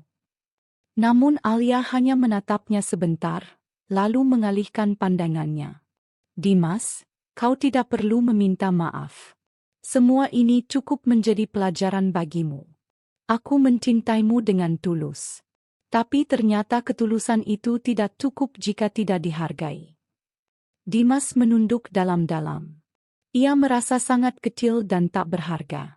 Selama ini ia membiarkan ibunya memperlakukan Alia dengan semena-mena, dan kini semua kesalahan itu terpampang di depan semua orang. Pak Ardiansyah memberikan isyarat pada salah satu ajudannya untuk mengambil tas dokumen dari dalam rumah. Tak butuh waktu lama, ajudan itu kembali dengan map berisi surat-surat penting milik Alia. Setelah semuanya lengkap, Alia pamit sekali lagi, lalu masuk ke dalam mobil. Sebelum mobil pergi, Bu Devina sempat turun tangan dan mendekat ke arah Bu Rani. "Seharusnya kami bangga karena Alia memilih hidup bersama kalian tanpa membawa nama besar kami. Tapi justru kalian mempermalukannya. Dunia itu berputar, Bu. Dan Anda baru saja melihat putaran itu terjadi hari ini." Setelah itu, mobil-mobil mewah perlahan pergi meninggalkan gang kecil itu. Debu yang tertinggal di jalanan seolah menjadi saksi bisu atas peristiwa besar yang baru saja terjadi. Warga yang tadi menyaksikan kini mulai bersuara, membicarakan Bu Rani dan keluarganya dengan nada mengejek. Beberapa bahkan terang-terangan mencemooh Dimas dan keluarganya karena telah menyia-nyiakan wanita sebaik Alia. Salah satu tetangga tua bahkan berkata, ibu itu terlalu sombong dari dulu. Baru kali ini kena batunya. Wajah Bu Rani semakin tenggelam dalam rasa malu. Ia masuk ke dalam rumah dengan langkah berat, menutup pintu dan langsung terduduk di kursi ruang tamu. Tangannya gemetar. Matanya kosong. Ia baru menyadari bahwa kesombongannya telah merugikan dirinya sendiri. Ia kehilangan menantu yang seharusnya bisa menjadi kebanggaan keluarga. Di kamar atas, Dimas duduk di tepi ranjang sambil menatap kosong ke arah jendela. Ia masih tak percaya bahwa semuanya berakhir seperti ini. Ia kehilangan Alia. Dan lebih buruk lagi, ia kehilangan harga dirinya sebagai seorang suami. Ketika seharusnya ia membela, ia memilih diam. Ketika seharusnya ia melindungi, ia justru membiarkan istrinya diusir begitu saja. Hari itu menjadi hari paling memalukan sekaligus menyadarkan banyak orang bahwa manusia tak bisa dinilai dari penampilannya. Dan bahwa mereka yang disakiti dengan diam bukan berarti mereka lemah. Mereka hanya memilih menahan diri, sampai waktunya tiba untuk membuktikan siapa sebenarnya mereka. Dan hari itu adalah hari kebenaran itu terungkap sepenuhnya. Sejak kepergian Alia yang dijemput dengan rombongan mobil mewah, rumah Dimas berubah jadi tempat yang penuh keheningan dan rasa tak nyaman. Aura kegelisahan merayap seperti kabut pagi yang tak kunjung sirna. Tak ada lagi suara nyinyir dari Bu Rani. Tak ada lagi cengengesan sinis dari Rani, ipar perempuan Alia. Bahkan Dimas, yang biasanya merasa paling benar dan mudah meremehkan istrinya, kini lebih banyak diam, menunduk, dan menatap kosong ke lantai. Bu Rani duduk di ruang tamu dengan tatapan nanar. Pikirannya mengembara ke pagi itu, ketika mobil mewah berjejer di depan rumahnya. Ia masih bisa membayangkan betapa kontrasnya mobil-mobil berkilap itu dengan jalan sempit dan becek depan rumahnya. Pengawal-pengawal berseragam rapi turun dari kendaraan, lalu berdiri membentuk barisan, mengiringi seorang ajudan gagah berseragam PNS yang masuk ke rumah mereka untuk menjemput Alia. Sosok Alia yang berjalan dengan kepala tegak, tanpa melirik sedikit pun pada ibu mertuanya, membuat Bu Rani merasakan tamparan keras di wajahnya. Bukan secara fisik, melainkan harga dirinya sebagai ibu mertua yang selama ini merasa berada di atas angin. Anak siapa dia sebenarnya? Bisik tetangga dari balik pagar saat itu. Katanya anak pejabat. Nggak heran, kemarin-marin disiksa di rumah mertuanya. Kasihan banget. Lah, yang punya rumah malah nyuruh dia nyuci, nyetrika, padahal anak pejabat toh. Gosip berkembang cepat, seperti api menjalar di tengah jerami kering. Nama keluarga Dimas tercoreng. Warga mulai mencibir, bukan hanya karena mereka menghina menantu yang ternyata bukan orang sembarangan, tapi juga karena kesombongan mereka selama ini yang terlalu tinggi. Apa yang dahulu dianggap sikap tegas dan keras oleh Bu Rani, kini dianggap kebodohan. Apa yang dulu dipuji sebagai sikap, disiplin, dari Dimas, kini terlihat sebagai arogansi tak berdasar. Malam itu, Dimas tak bisa tidur. Bayangan wajah Alia saat pergi masih jelas di pelupuk matanya. Ia merasa kehilangan sesuatu yang berharga. Lebih dari sekadar istri, Alia telah menjadi bagian dari hidupnya, dari rutinitasnya. Ia mungkin tak pernah bersikap manis pada Alia, tapi ia terbiasa dengan kehadiran perempuan itu. Menyiapkan makan pagi, menyetrika baju kerjanya, menenangkan amarah ibunya yang meledak-ledak. Dimas tahu, ia salah besar. Tapi egonya masih menggantung, menahan jemarinya untuk mengetik pesan maaf. Baru keesokan harinya, Bu Rani yang lebih dulu membuka suara. Mas, kamu harus minta maaf ke Alia, ucapnya lirih. Suaranya tak sekeras biasanya. Kali ini tak ada nada menyuruh atau memaksa. Hanya sebuah permohonan dari seorang ibu yang malu. Dimas mendesah panjang. Ia mengangguk lemah, meski hatinya masih penuh keraguan. Di sisi lain, Alia berada dalam dunia yang sangat berbeda. Ia duduk di ruang tamu rumah dinas orang tuanya, mengenakan gaun santai berwarna biru langit. Rambutnya yang dulu selalu disanggul sederhana, kini terurai rapi. Wajahnya terlihat lebih bersih, lebih tenang. Sejak kembali ke rumah, ibunya, Bu Retha, tak pernah berhenti memperhatikannya dengan cemas. "Kamu tidak cerita apapun tentang keadaan rumah tanggamu, Alia?" tegur Bu Retha dengan nada kecewa. "Maaf, Ma. Alia nggak ingin kalian khawatir," jawab Alia sambil menunduk. "Khawatir?" Ayahnya, Pak Armand, langsung bersuara. "Kalau ayah tahu kamu diperlakukan seperti pembantu di sana, sudah dari dulu ayah jemput kamu. Sudah terlalu lama kamu bersabar." Alia tak menjawab. Hatinya berkecamuk. Ia tahu, keputusannya untuk hidup sederhana, menikah dengan Dimas yang tak berasal dari keluarga terpandang, adalah pilihan yang ia ambil sendiri. Ia ingin membuktikan bahwa cinta dan kesetiaan tidak tergantung pada jabatan atau kekayaan. Tapi ternyata, justru niat baiknya itu dibalas dengan penghinaan. Orang tuanya memang tidak pernah mencampuri rumah tangga anak-anaknya. Tapi bukan berarti mereka tidak tahu. Hanya saja, mereka memilih diam selama Alia juga tak membuka suara. Kini, semua sudah terbuka. Mereka tahu putrinya telah diinjak harga dirinya. Mereka tahu, orang yang dulu membawa kabar baik tentang cinta dan masa depan yang cerah, kini telah membuat Alia terluka sangat dalam. 3 hari setelah kepergiannya, Alia duduk di teras sambil membaca buku. Suasana tenang dan damai, jauh dari teriakan Bu Rani atau cibiran iparnya. Namun ketenangan itu terusik ketika ponselnya berdering. Nama Dimas muncul di layar. Alia diam beberapa saat. Ia bimbang. Haruskah ia angkat? Atau biarkan saja? Tapi entah kenapa, jarinya justru menekan tombol hijau. "Halo," suara Dimas terdengar di ujung sana. Lirih, ragu, jauh dari nada sombong yang biasa. Alia tak langsung menjawab. "Alia, aku mau minta maaf," ucap Dimas akhirnya. "Aku sadar, aku sudah keterlaluan. Ibu juga minta maaf. Kita semua menyesal." Alia menghela napas pelan. "Kalian menyesal karena tahu siapa aku sebenarnya?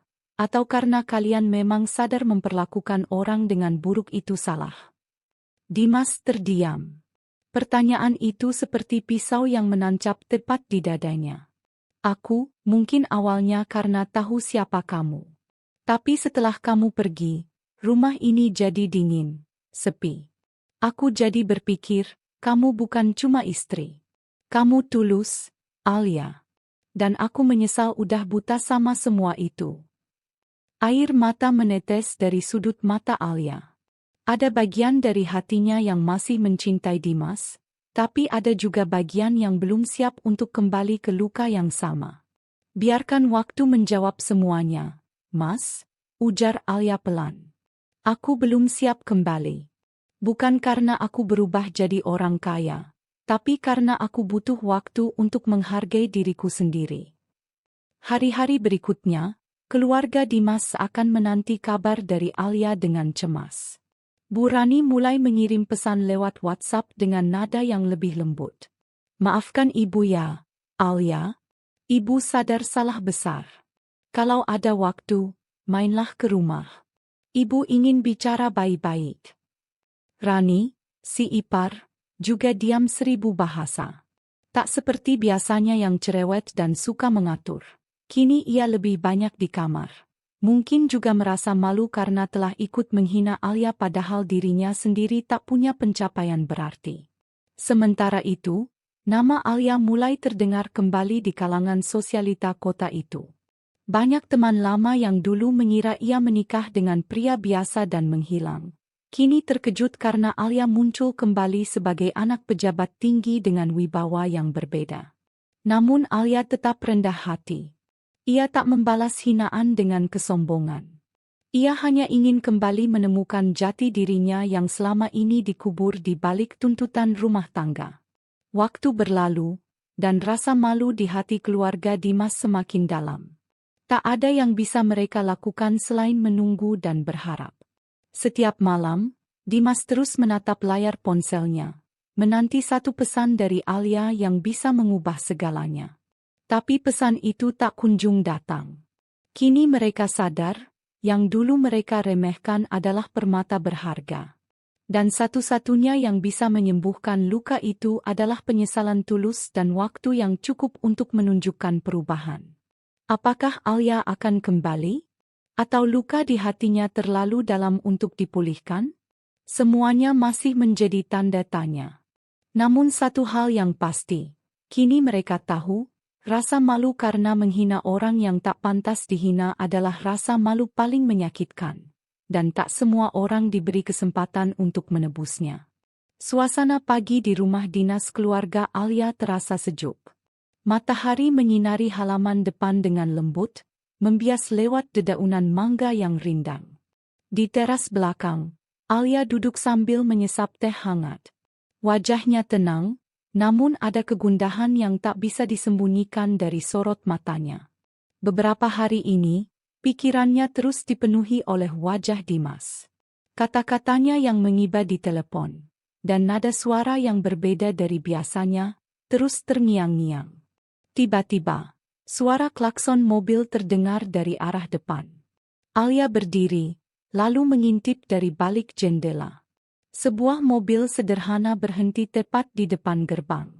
Seorang pria turun perlahan, dengan langkah ragu dan kepala tertunduk. Dimas.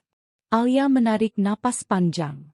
Ia tidak menyangka Dimas akan nekat datang ke sini. Tapi sejujurnya, jauh di dalam hatinya, ia sudah menduga. Dimas bukan tipe pria yang akan menyerah tanpa mencoba. Meski selama ini sikapnya kasar dan egois, Dimas adalah pria yang tak suka diam ketika sesuatu tidak berjalan sesuai keinginannya. Dimas berdiri di depan pagar rumah. Ia menekan bel pelan, seperti orang takut mengganggu. Seorang penjaga rumah dinas membukakan pintu. Alia berjalan pelan, menatap suaminya dengan sorot mata yang tenang namun tegas. "Mas Dimas," sapanya singkat. Dimas mengangkat wajah. Matanya tampak sembab. "Alia, aku datang untuk minta maaf." Sekali lagi. Alia tidak langsung membuka pintu gerbang. Ia berdiri di balik pagar besi, menjaga jarak. "Aku sudah dengar permintaan maaf Mas lewat telepon." Dimas mengangguk. "Tapi aku ingin menyampaikannya langsung, dari hati. Tanpa paksaan siapapun." Alia masih diam. Matanya menelusuri wajah pria yang dulu ia cintai begitu dalam, namun kini telah membuat luka yang begitu dalam juga. "Mas tahu, selama ini aku nggak pernah minta lebih.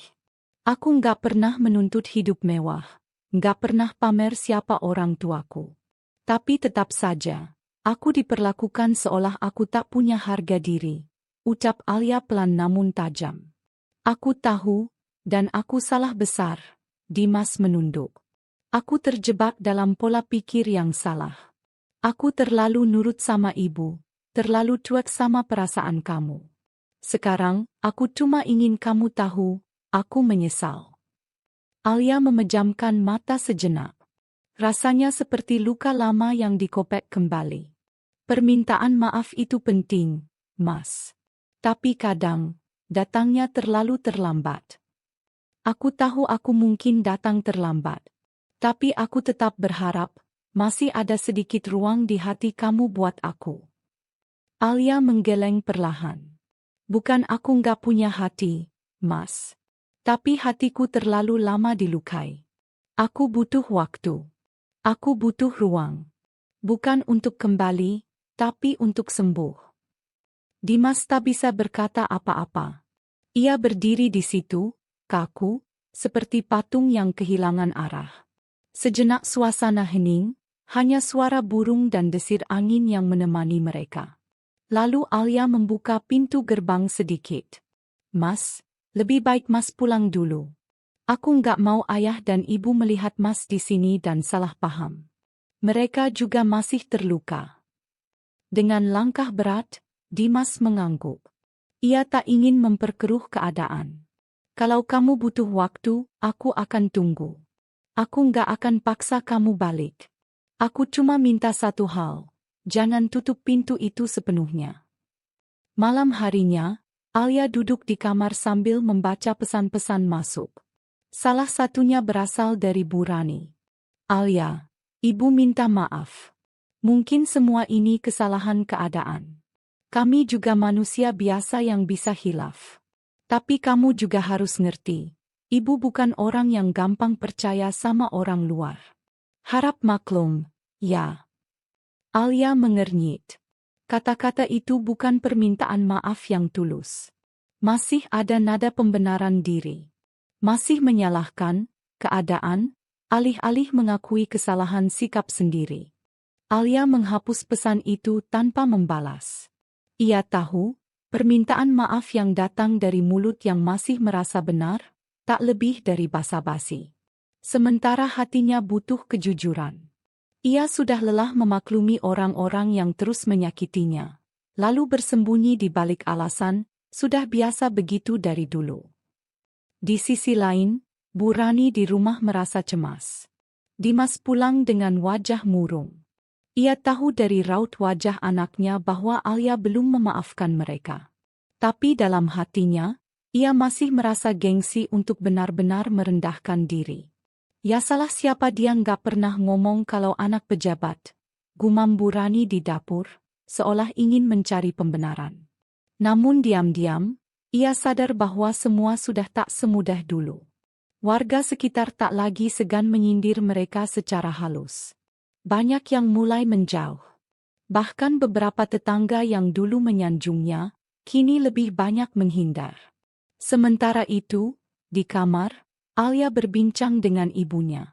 "Ma, aku bingung. Haruskah aku tetap mempertahankan pernikahan ini, atau menyerah saja?" tanyanya pelan. Bu Retha memegang tangan putrinya. "Nak, cinta itu penting. Tapi harga diri juga tidak kalah penting. Kalau kamu kembali hanya karena kasihan, kamu akan terus terluka. Tapi kalau kamu yakin masih ada cinta dan perubahan nyata dari dia, kamu boleh mempertimbangkan." Alia menunduk. Ia tahu, hidup tidak semudah menulis novel atau sinetron. Tapi ia juga tak ingin menjadi perempuan yang terus-menerus dimaafkan tanpa keadilan untuk dirinya sendiri. Beberapa hari berlalu. Dimas mulai mengirim pesan singkat setiap malam. Ia tidak lagi memaksa. Ia hanya mengabarkan hal-hal kecil. "Hari ini aku lihat baju kamu di lemari. Rasanya kosong banget rumah ini. Aku bikin kopi sendiri pagi ini. Biasanya kamu yang buat." Alia membaca setiap pesan itu, tapi belum pernah membalas satu pun. Bukan karena membenci, tapi karena ia masih menyusun keberanian untuk benar-benar mengambil keputusan. Sampai akhirnya, suatu malam, ia duduk di depan laptopnya. Ia menuliskan sebuah pesan panjang. Bukan untuk dikirimkan segera, tapi untuk dirinya sendiri, sebagai pijakan. Isi pesannya, "Mas Dimas, aku mencintaimu dulu karena kamu terlihat sederhana, jujur, dan tulus. Tapi selama kita menikah, aku tak pernah merasakan diperlakukan seperti seorang istri yang dihargai. Setiap hari aku mencoba kuat, tapi ada saatnya kekuatan itu tidak cukup untuk menahan luka. Kini, aku sadar, mencintai diriku sendiri adalah bentuk cinta terbesar. Dan jika mencintai kamu berarti aku harus melukai diriku terus-menerus, maka aku memilih berpisah dengan baik, bukan bertahan dalam luka." Alia menangis setelah menulis itu. Tapi setelahnya, hatinya terasa lebih ringan. Pagi berikutnya, ia bicara pada ayah dan ibunya. "Aku akan bicara pada Dimas. Bukan untuk kembali, tapi untuk menyelesaikan semuanya dengan baik." Pak Armand menatap putrinya dengan mata berkaca. "Kamu berhak bahagia, Nak. Ayah dukung keputusanmu." Dengan langkah mantap, Alia bersiap. Kini, ia bukan Alia yang dulu. Ia adalah perempuan yang telah melalui luka, bangkit dari penghinaan, dan tahu nilai dirinya. Dan Dimas, apakah ia siap mendengar keputusan yang mungkin paling menyakitkan dalam hidupnya? Pagi yang cerah menyambut Alia di rumah dinas orang tuanya. Udara segar pagi itu terasa berbeda dari hiruk-pikuk yang selama ini ia alami di rumah mertua. Di sini, Alia merasakan kedamaian yang sangat ia rindukan. Sebuah ketenangan yang membuat hatinya perlahan mulai terbuka untuk menerima kembali kebahagiaan. Hari-harinya kini lebih terstruktur, penuh dengan aktivitas yang membuatnya merasa berguna dan dihargai. Sejak memutuskan untuk menjauh dari rumah yang penuh konflik dan luka, Alia bertekad untuk membangun kehidupan yang lebih baik. Ia mulai membantu ayahnya yang bekerja di sebuah kantor pemerintahan. Pekerjaan itu bukan hanya sekadar rutinitas administratif, melainkan juga kesempatan baginya untuk belajar banyak hal baru tentang sistem pemerintahan dan pelayanan publik. Setiap hari Alia datang dengan semangat, mengenakan pakaian rapi dan terlihat percaya diri. Ia mampu menunjukkan bahwa dirinya bukan hanya seorang istri atau menantu yang dipandang sebelah mata, tapi seorang wanita muda dengan potensi besar yang layak diperhitungkan. Dalam lingkungan kerja, Alia dikenal sebagai sosok yang sangat rajin dan cerdas. Rekan-rekannya mulai menghargai keberadaannya karena kepandaiannya menyelesaikan tugas-tugas sulit dengan cekatan.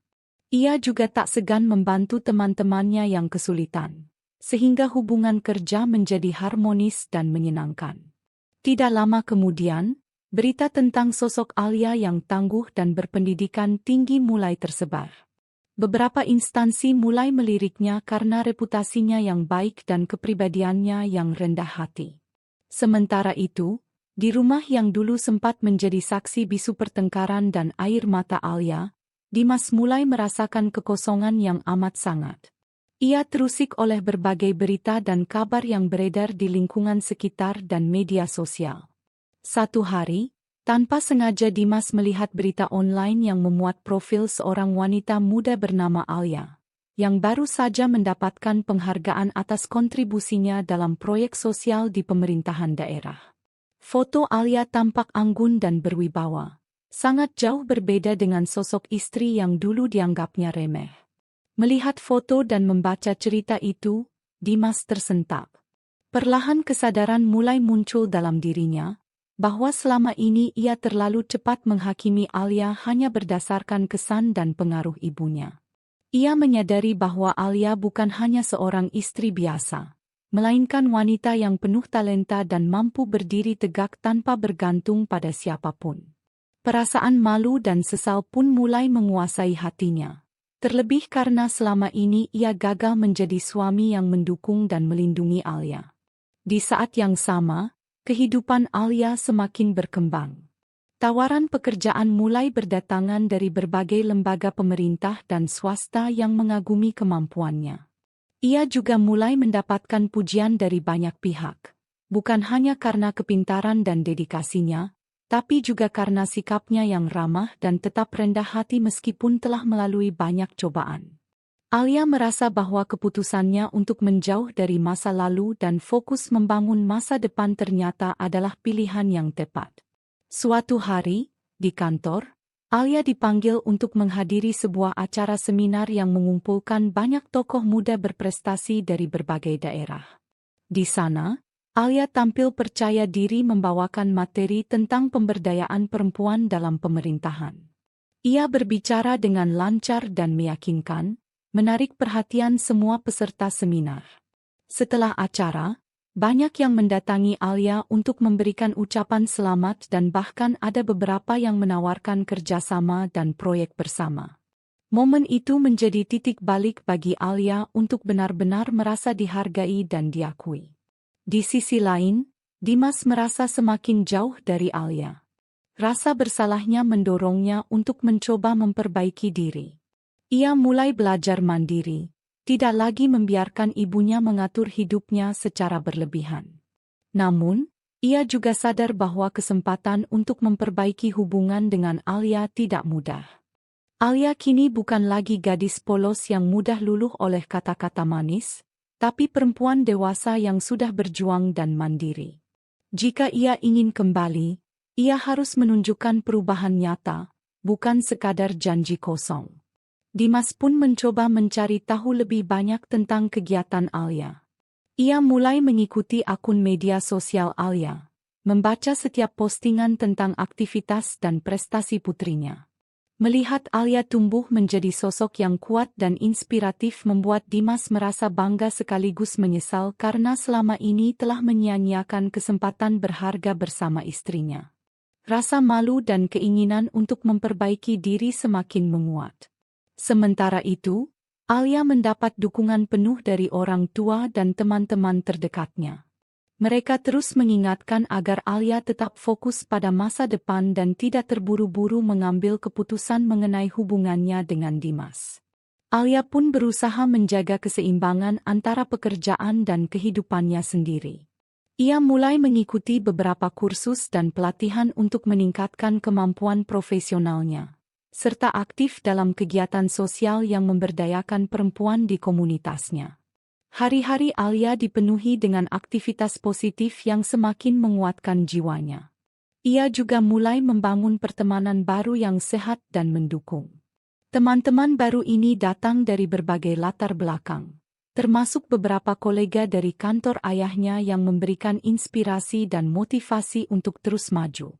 Alia merasa bahwa dunia ini lebih luas dan penuh peluang daripada yang selama ini ia bayangkan.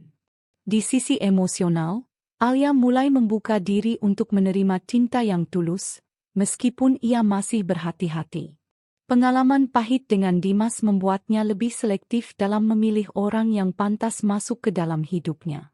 Ia tidak ingin lagi terluka, tapi juga tidak ingin menutup hati dari kemungkinan kebahagiaan yang baru.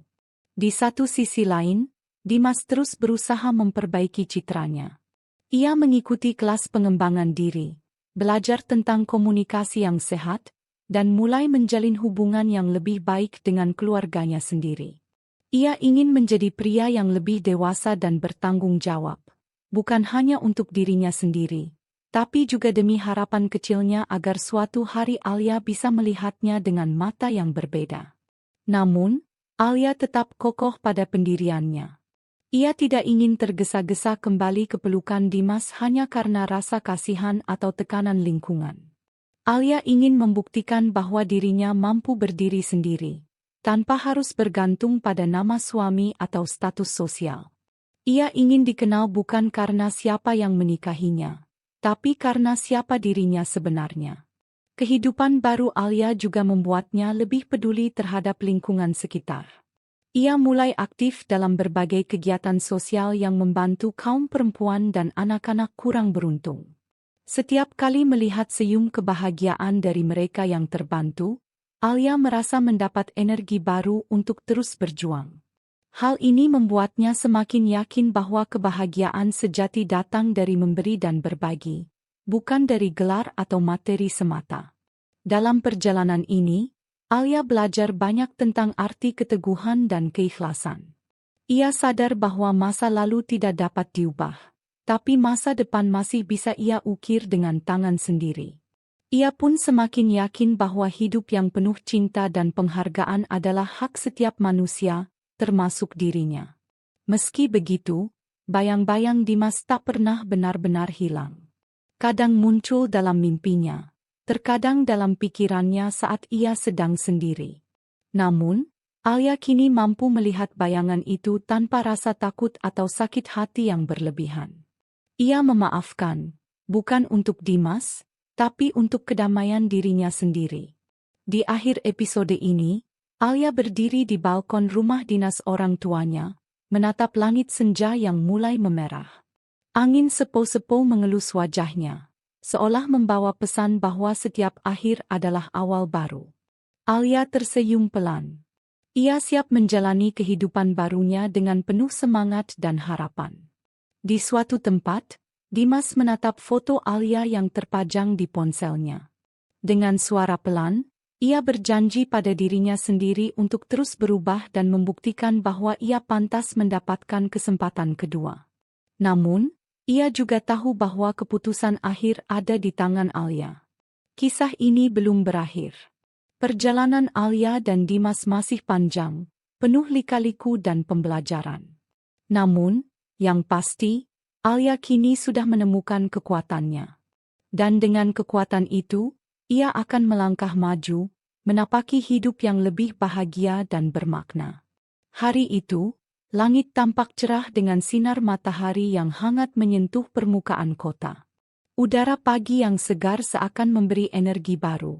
Tetapi bagi keluarga Dimas, ada suasana yang berbeda. Alia, dengan penuh keyakinan dan ketegasan yang kini mengalir dalam dirinya, memutuskan untuk melakukan kunjungan terakhir ke rumah mertuanya. Kunjungan yang bukan untuk meminta maaf atau mengemis kembali, melainkan untuk memberikan penutupan yang elegan dan penuh hormat pada babak kehidupan yang telah usai. Alia telah mempersiapkan semuanya dengan matang. Ia mengenakan busana yang sederhana namun elegan, warna yang lembut menonjolkan kesan anggun dan dewasa. Wajahnya tanpa riasan berlebihan, menampilkan kecantikan alami yang dipadukan dengan sikap tenang dan percaya diri. Di tangannya, ia membawa sebungkus makanan. Sebuah simbol ketulusan dan penghormatan yang tak lekang oleh waktu, meski hubungan mereka sempat retak dan penuh luka. Sesampainya di depan gerbang rumah mertuanya, Alia berhenti sejenak, menatap bangunan yang selama ini menjadi saksi perjalanan cinta dan cobaan dalam hidupnya. Ada rasa haru dan sedikit getir yang menyelinap di hati, namun ia segera menepisnya. Ini adalah saatnya menunjukkan bahwa dirinya telah berubah, bahwa dirinya adalah sosok yang pantas dihormati. Dengan langkah pasti, Alia melangkah masuk ke dalam rumah, menyapa siapa saja yang ditemuinya dengan senyum yang tulus dan sikap yang sopan. Bu Rani, yang sedang duduk di ruang tamu, terkejut saat melihat Alia datang tanpa ada rasa dendam atau kemarahan. Tatapan Alia yang tenang dan sopan membuatnya terpaku, seolah merasa malu atas perlakuan yang selama ini telah ia berikan. Rasa bersalah yang lama terpendam mulai muncul kembali, memenuhi ruang hati yang sempat tertutup ego dan prasangka. Bu Rani tidak mampu menatap wajah Alia, pandangannya tertunduk rendah, penuh penyesalan yang tak terucapkan. Alia membuka pembicaraan dengan kata-kata yang lembut namun tegas. Ia mengucapkan terima kasih atas segala pengalaman yang pernah dilaluinya bersama keluarga Dimas. Ia mengakui bahwa walau perjalanan mereka penuh liku dan kesulitan, setiap hal itu mengajarkan dirinya untuk menjadi lebih kuat dan mandiri. Alia juga menyampaikan rasa hormatnya kepada Bu Rani dan seluruh anggota keluarga yang selama ini telah memberikan warna dalam hidupnya, meskipun terkadang warna itu pahit. Dengan penuh kesopanan, Alia menyampaikan bahwa kunjungannya kali ini adalah untuk mengucapkan selamat tinggal secara resmi. Ia pamit meninggalkan rumah itu, bukan dengan perasaan kecewa atau dendam, tetapi dengan rasa damai dan kebesaran hati. Alia ingin menunjukkan bahwa meski terluka, ia mampu bertindak dewasa dan anggun, memutuskan untuk melangkah maju tanpa membiarkan masa lalu mengikatnya. Selama percakapan itu, suasana di dalam rumah begitu hening, hanya terdengar suara lirih Alia yang berbicara dan sesekali isak tangis yang tertahan oleh Bu Rani. Momen itu seolah menjadi penegasan bahwa tidak ada yang lebih menyakitkan daripada kehilangan rasa hormat dan kepercayaan, tetapi juga sekaligus membuka pintu pengampunan dan pembelajaran bagi siapapun yang mau menerima. Ketika waktu pertemuan itu berakhir, Alia mengucapkan salam perpisahan dengan senyum yang menenangkan. Ia berterima kasih atas kesempatan yang pernah diberikan untuk menjadi bagian dari keluarga tersebut dan berharap agar mereka dapat belajar menghargai setiap individu tanpa memandang status atau latar belakang. Alia percaya, penghargaan dan rasa hormat adalah kunci untuk membangun hubungan yang sehat dan harmonis. Setelah itu, Alia melangkah keluar dari rumah dengan kepala tegak dan penuh percaya diri. Setiap langkahnya menggambarkan kekuatan yang telah ia bangun, sebuah simbol kemenangan jiwa atas luka yang pernah dialaminya. Di depan rumah, Mobil mewah yang sudah menunggunya tampak berkilau di bawah sinar matahari pagi, menanti untuk mengantarkan Alia menuju babak baru kehidupannya. Saat pintu mobil tertutup rapat dan mesin dinyalakan, Alia menatap ke belakang satu kali lagi. Tidak ada rasa dendam, hanya pelajaran berharga yang ia bawa. Pelajaran bahwa menghargai orang lain tidak pernah merugikan siapapun, bahkan ketika kita tidak tahu siapa mereka sebenarnya. Di balik segala prasangka dan penilaian, ada nilai kemanusiaan yang harus dijaga dan dihormati. Mobil itu melaju pelan meninggalkan rumah mertuanya, membawa Alia ke masa depan yang penuh harapan dan kesempatan. Sebuah perjalanan baru yang menjanjikan kebahagiaan sejati, yang dibangun di atas dasar penghormatan dan cinta pada diri sendiri. Cerita ini pun berakhir dengan sebuah pesan yang dalam. Menghargai orang lain adalah investasi terbesar dalam kehidupan. Karena siapapun mereka pantas mendapatkan rasa hormat. Dan bagi Alia, hari itu adalah awal dari babak baru. Sebuah kehidupan yang lebih bermakna dan penuh kebahagiaan, yang sepenuhnya ia ciptakan dengan tangan dan hatinya sendiri. Teman-teman, dari kisah Alia ini kita bisa belajar banyak hal berharga. Salah satunya adalah betapa pentingnya untuk selalu menghargai orang lain, tidak memandang latar belakang, status, atau siapa mereka sebenarnya. Kadang kita mudah menilai orang dari luar, tapi kita tidak pernah tahu perjuangan dan nilai yang ada dalam diri mereka. Jangan pernah meremehkan seseorang hanya karena keadaan atau penampilan mereka saat ini. Karena rasa hormat dan empati adalah kunci untuk membangun hubungan yang sehat dan penuh cinta. Dan ingat, kekuatan terbesar ada pada bagaimana kita bisa memaafkan dan tetap tegar menghadapi ujian hidup. Jangan takut untuk berdiri teguh pada harga diri. Dan jangan lupa untuk selalu membuka hati serta pikiran untuk belajar dari setiap pengalaman yang datang. Terima kasih sudah mengikuti kisah Alia sampai akhir.